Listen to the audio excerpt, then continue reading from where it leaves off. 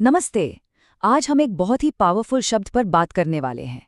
एक ऐसा शब्द जो हमारी बातचीत और लिखने के अंदाज को बिल्कुल बदल सकता है।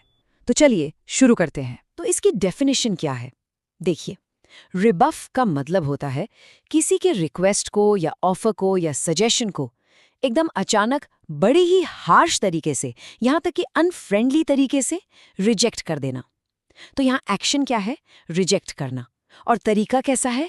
Abrupt and harsh. ये दोनों चीजें बहुत जरूरी हैं। रिबफ की जो असली पावर है ना, वो इसके टोन में है, इसके लहजे में।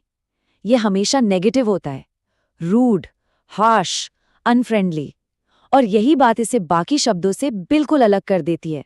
हाँ, तो सबसे जरूरी बात, a rebuff is a strong and harsh refusal.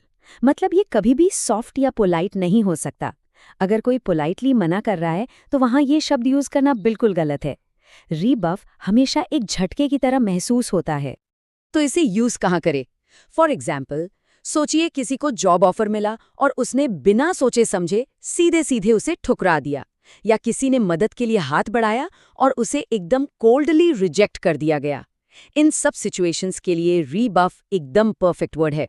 जैसे रिबफ और डिक्लाइन को ही ले लीजिए, दोनों में जमीन आसमान का फर्क है।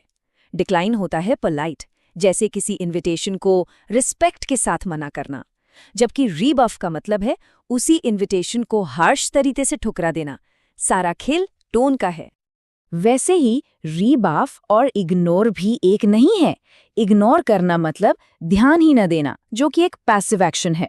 लेकिन रीबफ एक एक्टिव एक्शन है, जिसमें कोई सामने से साफ साफ और सख्ती से ना कहता है। तो अगर हम ऐसे ही कुछ और शब्दों को देखें, तो स्नब का मतलब है रूडली किसी को इग्नोर करना।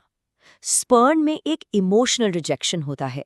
और इन सब के बीच रिबफ का मतलब है एक डायरेक्ट और हार्श रिजेक्शन। अब कुछ आम गलतियों से बचते हैं।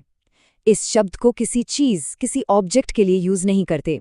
जैसे रिबफ अ प्रोडक्ट नहीं कह सकते, या किसी फैक्ट को डिनाई करने के लिए भी नहीं। ये शब्द लोगों के लिए है, उनके एक्शंस, उनके रिक्वेस्ट्स, उनके आइडियाज के लिए।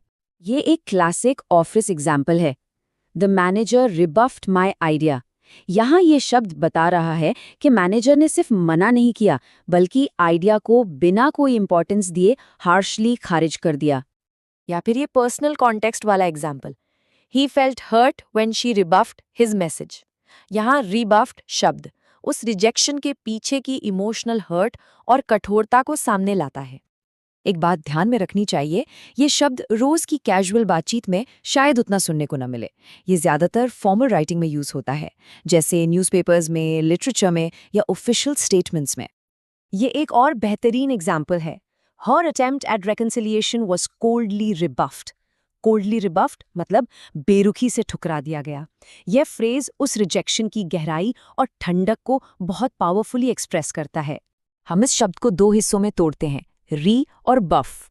अच्छा, री का मतलब होता है अगेन या बैक, यानी वापस।